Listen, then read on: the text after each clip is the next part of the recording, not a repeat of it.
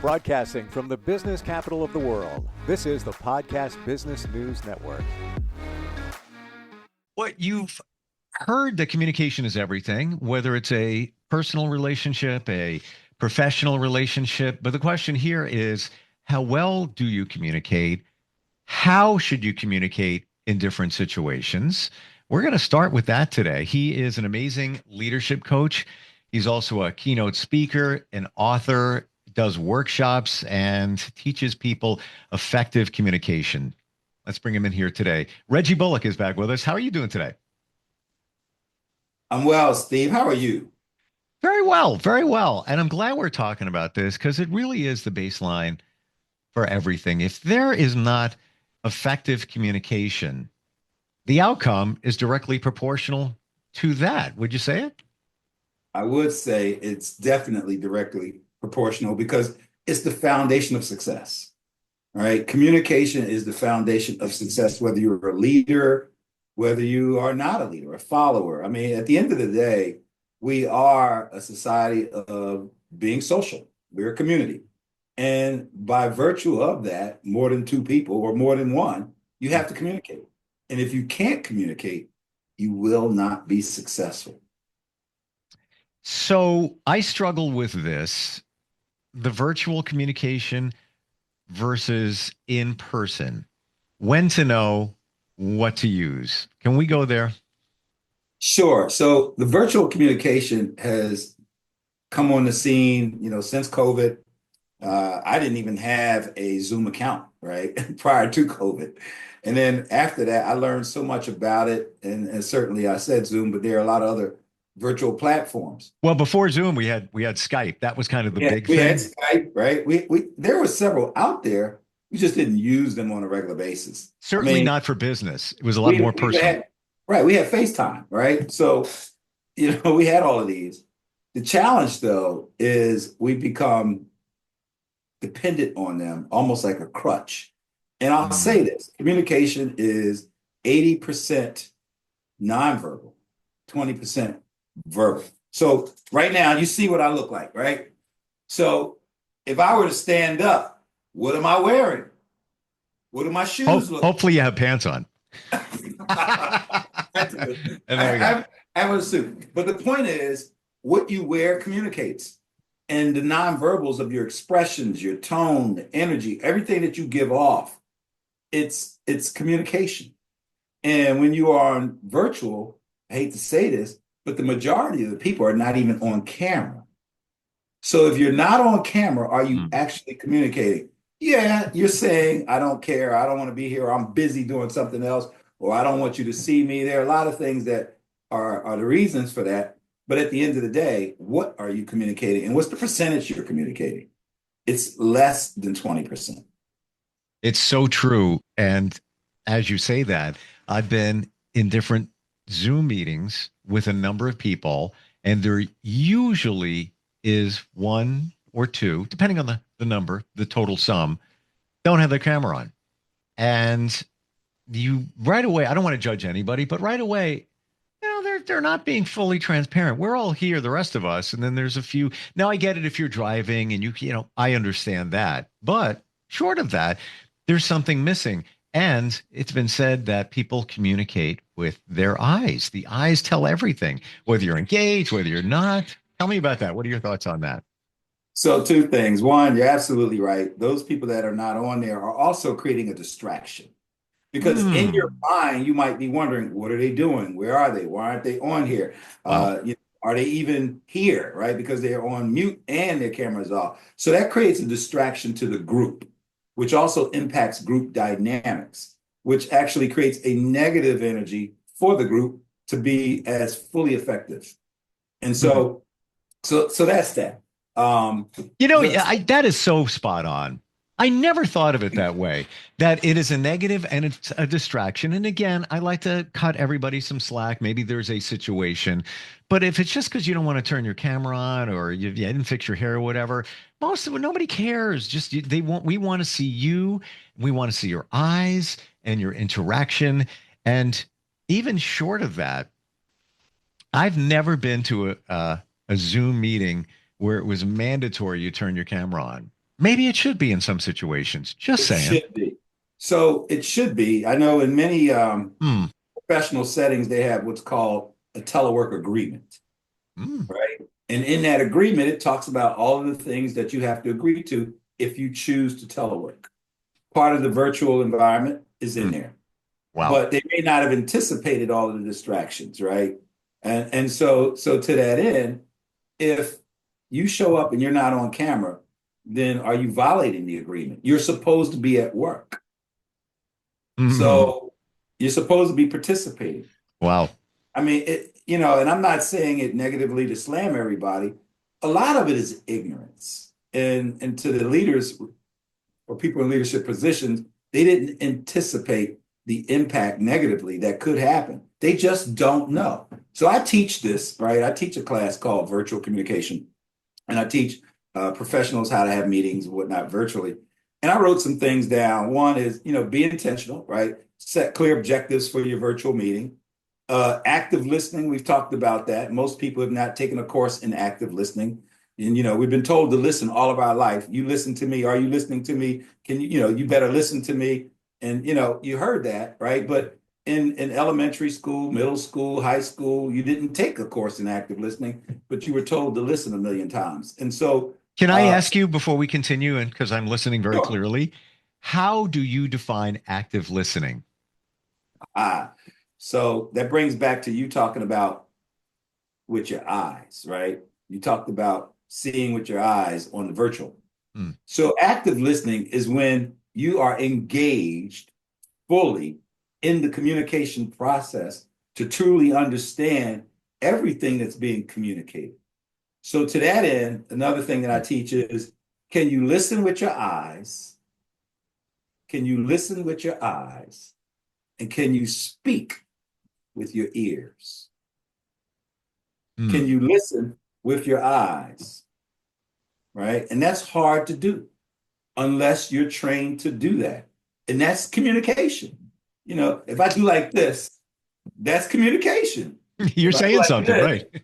that's communication. If I do like this, that's communication. If I'm off camera, you can't see any of that. And therefore, you cannot hear with your eyes and you cannot see with your ears.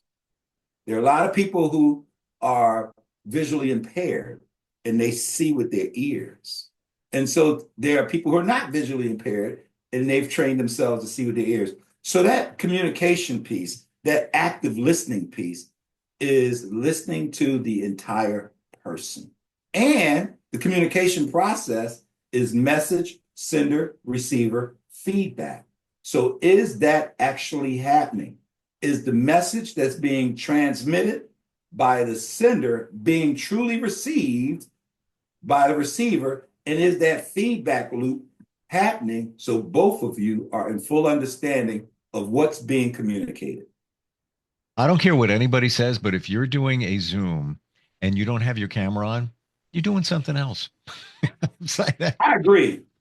It just I is mean, because you and and, can. and when I'm teaching Zoom courses, I say, just put in there's this little thing that says away or whatever. If you have to go to the bathroom or if you have to go grab something from the door, whatever, put that in there so that I know that it's called step away. Mm. So I know that you stepped away. But if you are stepped away, I mean, you need to come back. And Right. if you've been stepped away for more than 5 minutes, I'm gonna call you out Yeah. because it's a classroom, and I'm gonna treat it like a classroom, and I'm gonna call you out. So while we're talking about communication, and we're going to get to personal and professional, but even before we go there, texting. So I'm conflicted here. There was a time where I would say, not too long ago, we need to talk. Everybody, it's always quick communication, quick, quick, quick, quick, quick. There's no real communication anymore, especially with social media, especially younger generation. Many younger people don't know how to communicate because everything is done on a keyboard, on the phone, being and done. There's another side of me in the last year that people don't get to the point and belabor the phone call, get to the point, bam, bam, bam, bam, bam. So a lot of times I'll just send a text. And, I have a friend. I love him. He always calls and just wants to talk. I got a lot going on. I'm sorry. I do. We can handle it quickly in a text. So how do you, and he was like, what? You don't, he talks like this. What? You don't want to talk? What's the problem? What's the problem? You don't want to talk? I'm like, no, I'm busy. I have 100 things. Yes, I'll see you on, 5 o'clock on Friday. Gotcha. It's not a professional thing. That's personal. But how do you make the determination whether it should be a text? So that's hard because most people are not trained in texting, right? Text is a tool. And like most tools, we misuse the tools that we have for a Hmm. lot of the purposes that they were not meant for, right? And therefore, we abuse the tools, and texting is the same thing. Yeah. It's a tool to be able to communicate succinctly, and that's great. But we don't use it when we need to use it for the purpose that we need to use it for. So if he's calling you to tell you something, all right, I get it. It should take about 10, 15 seconds. But he wants to give you the weather report, right? I often tell some of my clients and mentees and whatnot, I asked you what time it was, and you are now still building a watch. And I don't know what time it is. So I'm going to ask you again, what time is it? And don't start building a watch. Just tell me what time it is. It's 3:47 p.m. Thank you. Done. Don't build a watch. I got to remember that one because we have somebody else in our group. And great people, when they start speaking, right away, all of us, we know what's coming. And we say this one word, laser, laser. And he knows what it means. Laser it down. Get to the point. We know where you go. Laser. So next time that situation presents, I'm going to use that one. So I'll Don't say build a this watch. because we did talk about Clifton strengths and things like that and disc. So with Myers-Briggs, there are 16 types of people. Hmm. Uh, and then there are, the quadrants, right? And so people who do that tend to fall on the P scale, which is the last letter of a P or a T, and it's called perception. And that person has a tendency to do that. But when you know the person's trait, their type, then you Yep. give them grace because they are that way, right? You could be an ENTJ or INSP or whatever. And so to that extent, you're different and you do things differently than an F person may appreciate a feeler Yep. versus a thinker, a perceiver versus a sensor. So it's 16 types of people. And it's good that you recognize that. And when you say laser, they probably get it and they Oh, he do that. knows. And everybody's different. I get it. I like to get sometimes a little closer to the point, but it's not only me. We all do. And it's almost like a running joke. It's, But it's communication, right? And yeah, it's yeah. communication. And we have another mantra is respect others' time. So that's part of it, get to the point. Let's get to the point of professional and personal communication. Sure.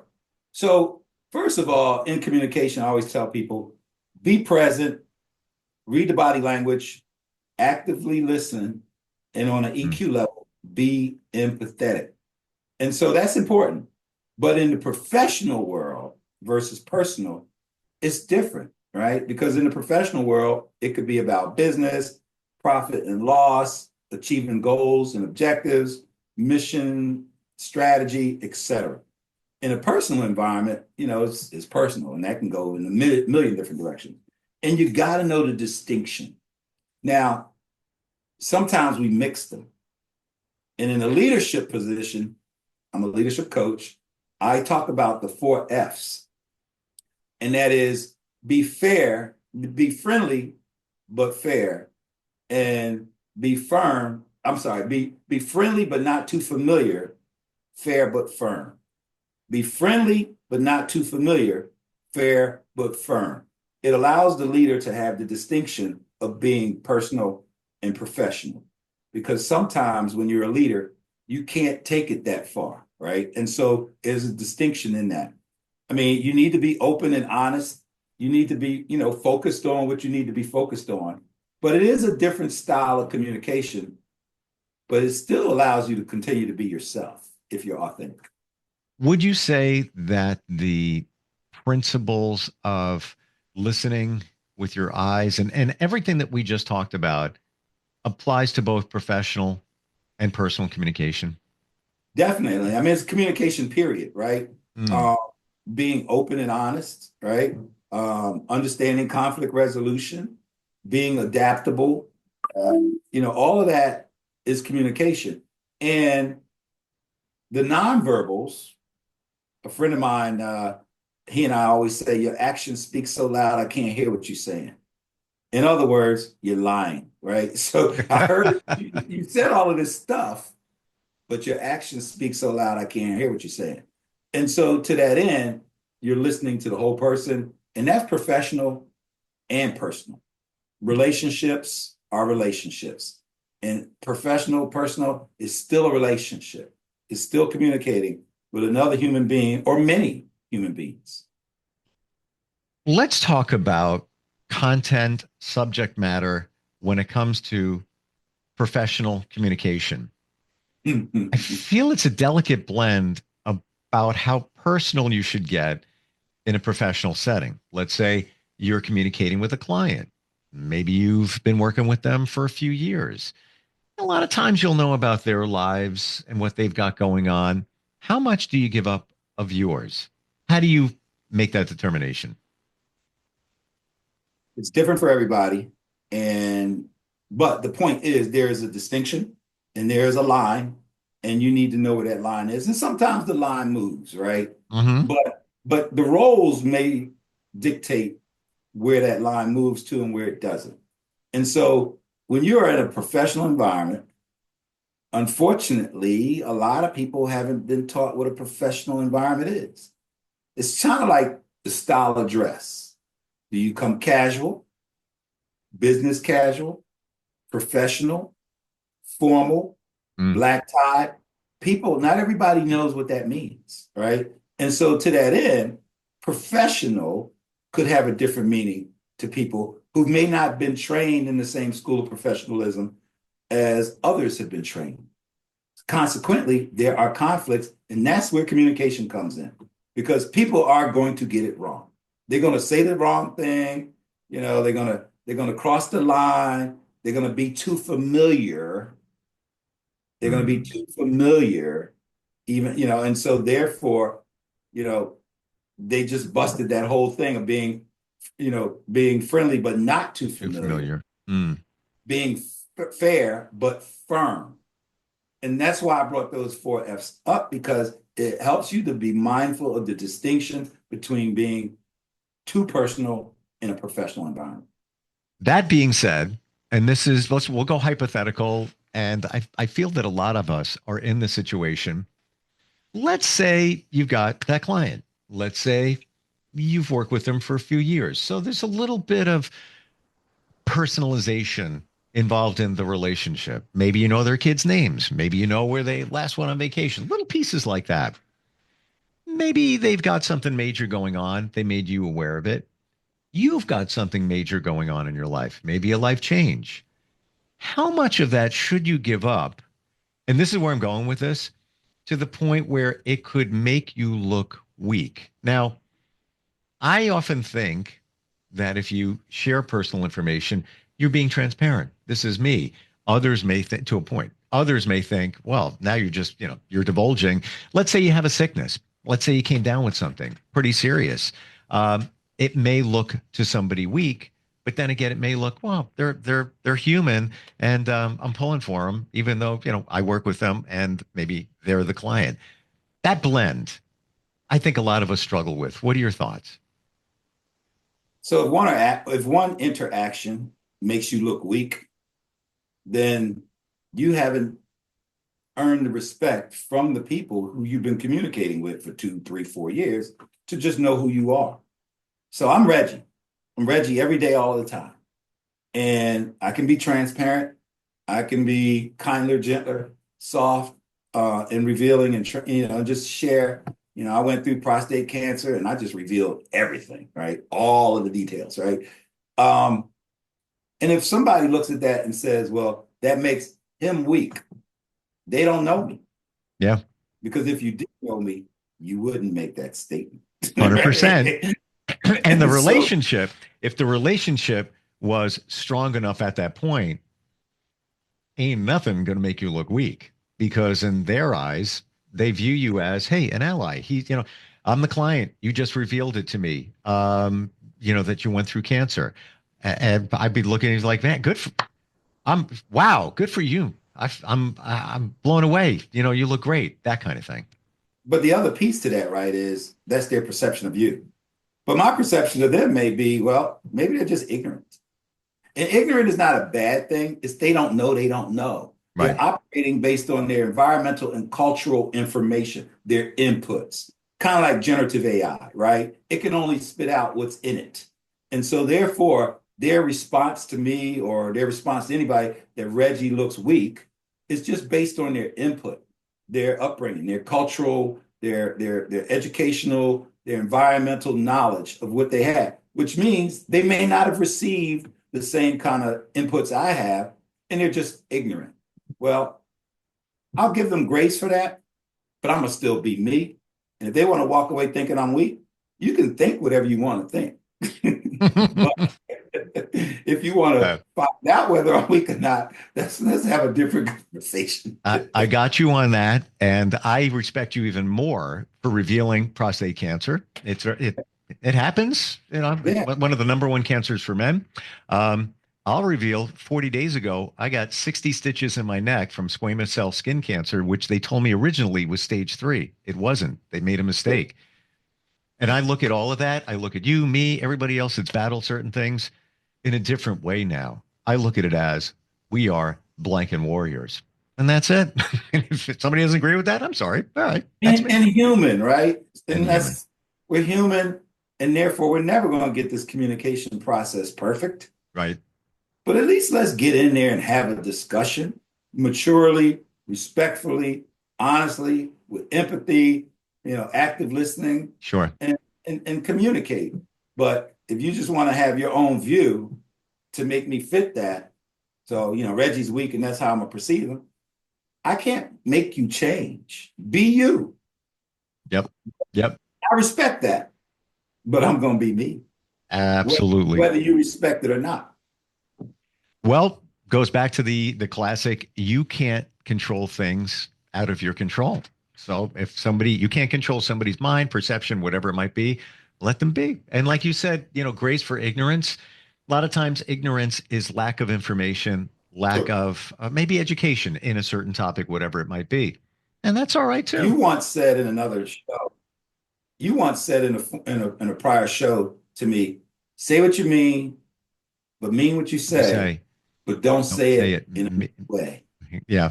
I got to, and I try to remember that. And I do this every single day. You're sending a text, you're sending an email, put it through the 3 filter.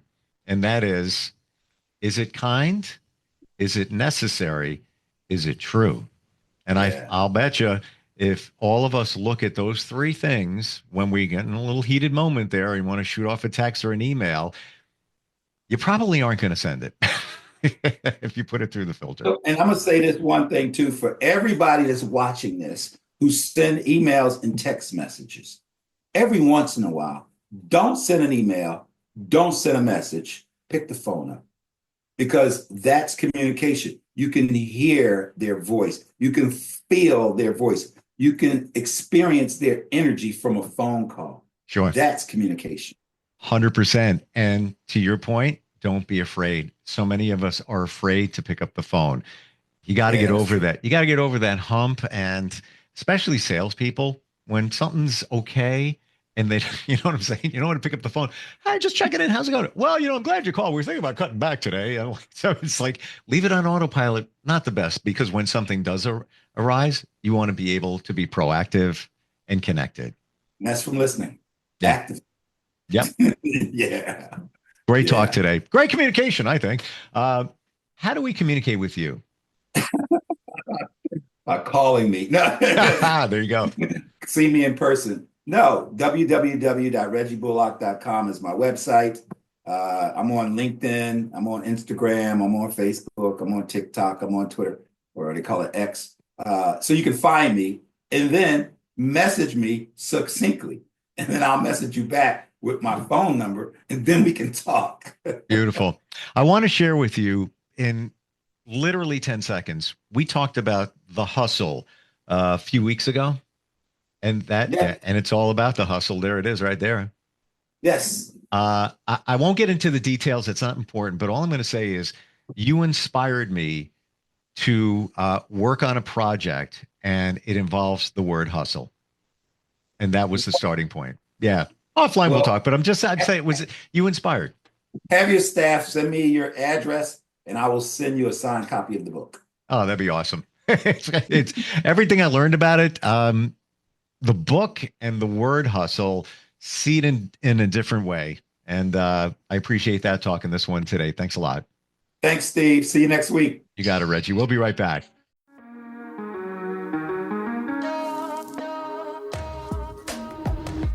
Broadcasting from the business capital of the world, this is the Podcast Business News Network.